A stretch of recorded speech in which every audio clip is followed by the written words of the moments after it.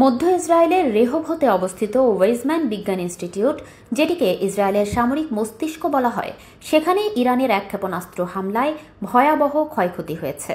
এই হামলাকে ইরান বলছে ইসরায়েলের বেসামরিক জনগণের উপর পরিচালিত আগ্রাসনের জবাব। ইসরায়েলের হিব্রু দৈনিক দ্য মার্কার জানায়, সোমবার রাতে এই হামলায় ইনস্টিটিউটের একাধিক ভবন ক্ষতিগ্রস্ত হয়। এর মধ্যে একটি গবেষণা কমপ্লেক্স সম্পূর্ণ আগুনে পুড়ে যায়। এখানে চলত জীবনবিজ্ঞান, কৃত্রিম বুদ্ধিমত্তা এবং অণুজীব বিজ্ঞানের গবেষণা, যেগুলোর ফলাফল সরাসরি ব্যবহৃত হয়েছে ইসরায়েলের নজরদারি প্রযুক্তি ও অস্ত্র ব্যবস্থাপনায়। বিশেষ করে গাজা, লেবানন, ইয়েমেন ও ইরানে চালানো সাম্প্রতিক হামলায় এই ইনস্টিটিউটের প্রযুক্তি ও গবেষণা ব্যবহার করা হয়েছে বলে দাবি করেছে ইরান। নজরকাড়া একাধিক গবেষণাগার গুড়িয়ে গেছে।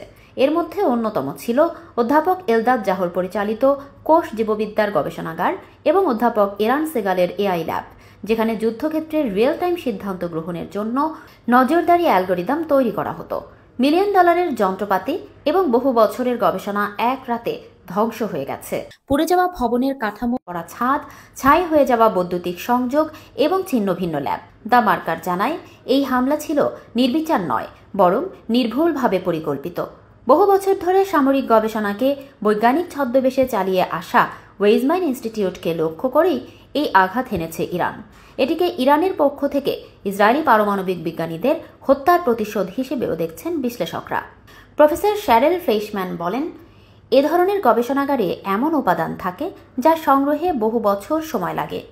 একবার ধ্বংস হলে তা অপূরণীয়। অন্যদিকে অধ্যাপক ওরেন শুলডিনার বলেছেন, গোটা ল্যাবটাই যেন বাতাসে মিলিয়ে গেছে। পুনর্গঠন করতে লাগবে অন্তত 2 বছর।